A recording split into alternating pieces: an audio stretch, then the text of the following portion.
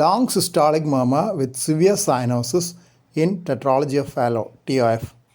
Usually the murmur originating from right ventricular outflow tract in Tetralogy of Fallot is short if there is severe cyanosis, as the flow across RVOT is less, as the blood gets preferentially shunted across the ventricular septal defect into the aorta.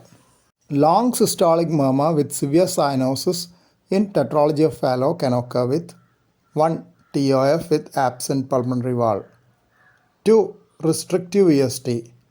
Long murmur due to tricuspid regurgitation, as the right ventricular pressure may go suprasystemic. 3. AV canal defect. Long murmur due to AV valve regurgitation.